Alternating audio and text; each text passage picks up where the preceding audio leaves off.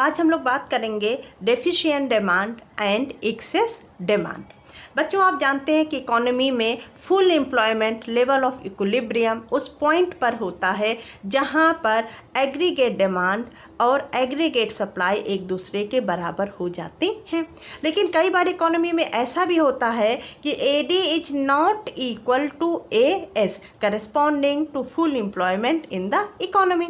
मतलब कि इकोनॉमी में फुल एम्प्लॉयमेंट को गेन करने के लिए जितनी AD की आवश्यकता है, जितनी AS की आवश्यकता है, वो दोनों इनसफिशिएंट अमाउंट में हैं। कई बार क्या होता है, अगर AD is not equal to AS तो इकोनॉमी में हमें दो स्थितियां देखने को मिलेंगी। एक स्थिति क्या होती है, when aggregate demand is less than aggregate supply corresponding to full employment in the economy. यानी कि पूर्ण रोजगार के स्तर को पाने के लिए जितनी एग्रीगेट डिमांड की आवश्यकता थी, एग्रीगेट डिमांड उससे कम है, यानी कि AD is less than AS। दूसरी स्थिति क्या देखने को मिलेगी, when AD is greater than AS corresponding to full employment in the economy। यानी कि पूर्ण रोजगार के स्तर को मेंटेन करने के लिए एग्रीगेट डिमांड जितनी चाहिए थी, एग्रीगेट डिमांड उससे ज़्यादा हो गई है। तो इकोनॉमी में ये दोनों स्थितियां देखने को मिलती हैं। If AD is less than AS corresponding to full employment, इसको हम कहते हैं डेफिशिएंट डिमांड, डेफिशिएंट डिमांड। और अगर AD ग्रेटर देन AS हो जाती है तो इसको नाम दिया जाता है excess demand.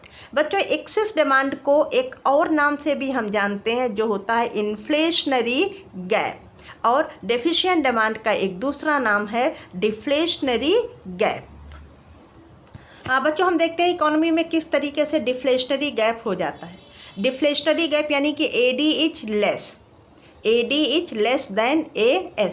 Aggregate demand low है, लो एग्रीगेट डिमांड। जब डिमांड कम होगी तो इन्वेस्टमेंट भी कम होगा। इन्वेस्टमेंट कम होने पर साइज ऑफ GDP कम हो जाएगा, जिससे कि लोगों की इनकम कम होगी, और जब इनकम कम होगी तो एग्रीगेट डिमांड अपने आप घट जाएगी। और ये स्थितियाँ इकोनॉमी में लगातार बनी रहेंगी, जिससे कि इकोनॉमी जो है वो एक लो लेवल इक्विलिब्रियम ट्रैप, निम्न लेवल के इक्विलिब्रियम ट्रैप में, संतुलन जाल में फंस जाएगी। इकोनॉमी हमारी डिफ्लेशनरी स्पाइरल में फंस जाएगी। स्पाइरल यानी चक्र, ये चक्र इसी प्रकार से चलता रहेगा और इकोनॉमी जो है वो डेफिशिएंट डिमांड या डिफ्लेशनरी गैप की स्थितियों में आ जाएगी। इसके उलट हम देखते हैं कि एक्सेस डिमांड की कंडीशन में कैसे क्या होगा, उसकी बात कर लेते हैं। आप देख सकते हैं कि एक्सेस डिमांड यानी कि एग्रीगेट डिमांड हमारी बढ़ गई है, किससे, एग्रीगेट सप्लाई से। जितना हमें फुल एम्प्लॉयमेंट के लिए एग्रीगेट सप्लाई की आवश्यकता थी, डिमांड उससे ज़्यादा हो गई है। जब डिमांड ज़्यादा बढ़ेगी तब क्या होगा, और आप जानते हैं कि जो हमारे रिसोर्सेस हैं, जो हमारे एग्जिस्टिंग रिसोर्सेस है, जो हमारे पास संसाधन मौजूद है, जो लेबर है हमारे पास, उसके ऊपर प्रेशर बढ़ेगा। जब प्रेशर बढ़ेगा तो क्या होगा, कॉस्ट ऑफ प्रोडक्शन बढ़ेगी। कॉस्ट ऑफ प्रोडक्शन बढ़ने की वजह से चीज़ें महंगी हो जाएंगी। Price level, general price level in the economy will also increase. लेकिन जो लेवल ऑफ आउटपुट है वो कांस्टेंट बना रहेगा। क्यों? क्योंकि अब इकोनॉमी में जितने भी एग्जिस्टिंग रिसोर्सेज थे, जितना भी लेबर था, जो भी एक्सेस कैपेसिटी थी, उसका प्रॉपर यूटिलाइजेशन किया जा चुका है। अब हम आउटपुट को बढ़ाने की स्थिति में नहीं है, आउटपुट नहीं बढ़ेगा, जिसकी वजह से प्राइस लेवल बढ़ेगा और इकोनॉमी हमारी एक इन्फ्लेशनरी गैप या एक्सेस डिमांड की कंडीशन में फंस जाएगी। इकोनॉमी के लिए ना तो एक्सेस डिमांड अच्छी चीज़ होती है और ना ही डेफिशिएंट डिमांड अच्छी चीज़ होती है। इकोनॉमी को हमेशा फुल एम्प्लॉयमेंट पर रहना होता है। बच्चों, हम डेफिशिएंट डिमांड का एक चित्र बनाते हैं, देखते हैं कि डेफिशिएंट डिमांड या डिफ्लेशनरी गैप का प्रेजेंटेशन किस प्रकार किया जाएगा। OX एक्सेस पर इनकम, आउटपुट या लेवल ऑफ एम्प्लॉयमेंट को रिप्रेजेंट किया जा रहा है, जबकि OY एक्सिस पर aggregate demand and aggregate supply को रिप्रेजेंट किया गया है। पॉइंट ऑफ ओरिजिन से शुरू होकर 45 डिग्री की एक लाइन गई है जो कि हमारी एग्रीगेट सप्लाई की लाइन है। उसके अलावा हमने एक एग्रीगेट डिमांड की लाइन बनाई है जो कि हमारी ADP के थ्रू दिखाई गई है। ADP क्या है? हमारा प्लांट एग्रीगेट डिमांड। हमने एग्रीगेट डिमांड की प्लानिंग की है, इतनी की इतनी हमें एग्रीगेट डिमांड करनी है। ये एग्रीगेट डिमांड और एग्रीगेट सप्लाई एक दूसरे को इस पॉइंट पर इंटरसेक्ट कर रहे हैं, जिसका नाम हमने रख लिया है पॉइंट ए पॉइंट पर दोनों एक दूसरे को टच कर रहे हैं। इसके corresponding level of income YE है, OYE। अब देखते हैं कि हम इकोनॉमी में फुल एम्प्लॉयमेंट के अकॉर्डिंग एग्रीगेट डिमांड कितनी होनी चाहिए। फुल एम्प्लॉयमेंट इकोनॉमी में कहाँ पर हो रहा है? यहाँ पर। हमारा जो एग्रीगेट सप्लाई कर्व है वो यहाँ तक तो अपवर्ड स्लोपिंग रहेगा और इस पॉइंट के बाद ये Y अक्ष के समानांतर हो जाएगा। यहाँ पर फुल एम्प्लॉयमेंट इकोनॉमी में हुआ है। एक एग्रीगेट सब डिमांड कर्व AD कर्व हमने इसके ऊपर बनाई जो कि एग्रीगेट सप्लाई को इस पॉइंट पर इंटरसेक्ट कर रही है। इसका नाम है पॉइंट E। पॉइंट E पर इंटरसेक्ट कर रही है। ये एग्रीगेट डिमांड लाइन जो है ये फुल एम्प्लॉयमेंट को रिप्रेजेंट कर रही है, यानी कि इकोनॉमी में फुल एम्प्लॉयमेंट गेन करने के लिए एग्रीगेट डिमांड कितनी होनी चाहिए? GADF यहाँ से लेकर यहाँ तक होनी चाहिए।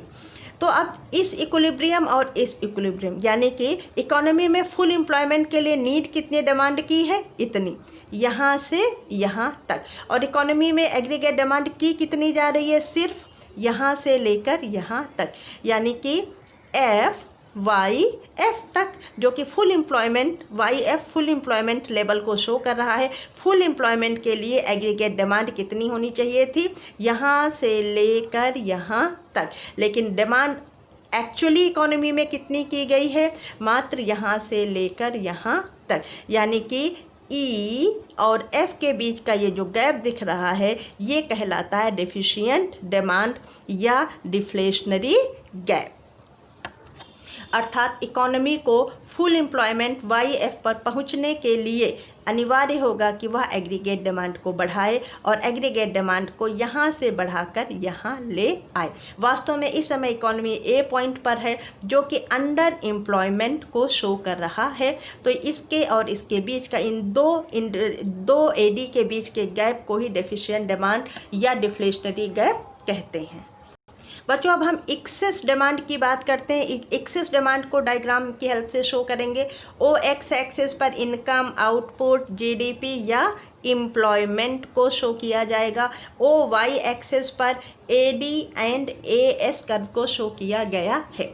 आप देख सकते हैं कि हमारी ये 45 डिग्री की लाइन है और ये हमारी AD कर्व है, ADF, जो कि फुल एम्प्लॉयमेंट लेवल को शो कर रही है, यानी कि इकोनॉमी में OM ये क्या है? Full employment level of equilibrium. Economy में OM लेवल ऑफ इनकम पर फुल एम्प्लॉयमेंट हो रहा है, जहां पर AD कर्व AS कर्व को इंटरसेक्ट कर रही है पॉइंट F। अब अगर एग्रीगेट डिमांड बढ़ जाती है, फुल एम्प्लॉयमेंट के लिए रिक्वायर्ड कितना था? ADF, लेकिन अगर हमारी AD बढ़कर ADP हो जा रही है तो नया इक्विलिब्रियम इस पॉइंट पर हो रहा है जिसका हमने नाम रख दिया है पॉइंट A। इस पॉइंट A पर हो रहा है और ये जो नया लेवल इक्विलिब्रियम क्या है? ये फुल एम्प्लॉयमेंट के बाद की स्थिति को शो कर रहा है। तो इस प्रकार से जो नई डिमांड AD कर्व है और जो पुरानी AD कर्व है जो कि फुल एम्प्लॉयमेंट के लिए रिक्वायर्ड लेवल को शो कर रही है, इन दोनों के बीच के गैप को, जिसे कि हमने E और F के माध्यम से दिखाया है, इस गैप को हम कहते हैं एक्सेस डिमांड, या इसी का दूसरा नाम होता है इन्फ्लेशनरी गैप। इसके पहले के चित्र में आपने देखा था कि ये फुल एम्प्लॉयमेंट से नीचे अगर एग्रीगेट डिमांड हो जा रही है तो वो क्या था? हमारा डेफिशिएंट डिमांड, यानी कि मांग कम हो गई थी फुल एम्प्लॉयमेंट से के स्तर से नीचे हो गई थी। और यहाँ पर क्या है, जो एग्रीगेट डिमांड है वो फुल एम्प्लॉयमेंट लेवल से ज़्यादा हो गई है, इसीलिए इसका नाम है एक्सेस डिमांड। बेटा अब हम बात करेंगे causes of excess and deficient demand. Economy में क्यों एक्सेस डिमांड हो जाती है और क्यों डेफिशिएंट डिमांड हो जाती है। आप जानते हैं कि अगर इकोनॉमी में AD is less than AS corresponding to full employment level of income, यानी कि पूर्ण रोजगार के लिए जितना एडी होना चाहिए, अगर एग्रीगेट डिमांड उससे कम हो गई है तो इकोनॉमी में डेफिशिएंट डिमांड हो जाएगी। और एडी के क्या क्या कंपोनेंट्स होते हैं, जरा उसकी बात करें। एडी में क्या क्या कंपोनेंट्स थे। C consumption, I investment, G government expenditure, X minus M export और इंपोर्ट का डिफरेंस, ये इसके कंपोनेंट है। एडी कम हो गई है, दैट मीन्स ये जो इसके सारे कंपोनेंट्स हैं इनमें कमी आ गई होगी, इस वजह से इकोनॉमी में डेफिशिएंट डिमांड हो गई है। तो देखते हैं डेफिशिएंट डिमांड होने के क्या क्या कारण हैं। इन सारी चीज़ों में हम वन बाय वन कमी करते जाएंगे। सबसे पहले पहला कंपोनेंट हमारा सी है। तो कंजम्पशन यहाँ क्या है, प्राइवेट कंजम्पशन है। प्राइवेट कंजम्पशन में कमी आ गई है, इस वजह से एग्रीगेट डिमांड घट गई है और इकोनॉमी डेफिशिएंट डिमांड की कंडीशन में आ गई है। प्राइवेट इन्वेस्टमेंट कम हो गया है।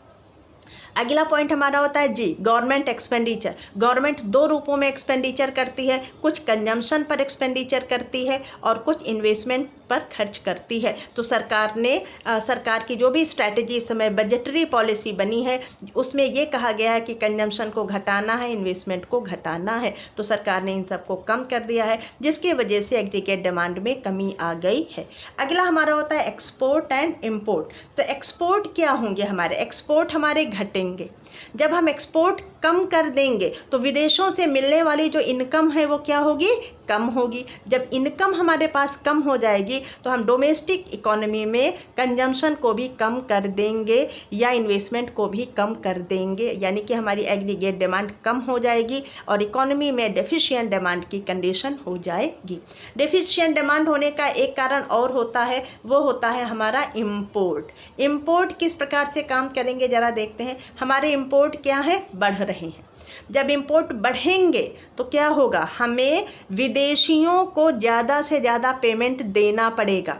और जब हम अपनी इनकम का मैक्सिमम भाग विदेशियों को पेमेंट के रूप में दे देंगे तो उससे क्या होगा कि हमारी डोमेस्टिक इनकम घटेगी। हमारी इनकम में जब कमी आएगी तो हम अपनी एग्रीगेट डिमांड को घटाएंगे और हमारी एग्रीगेट डिमांड घटेगी, जिससे कि हमारी इकोनॉमी फिर से डेफिशिएंट डिमांड की कंडीशन में आ जाएगी।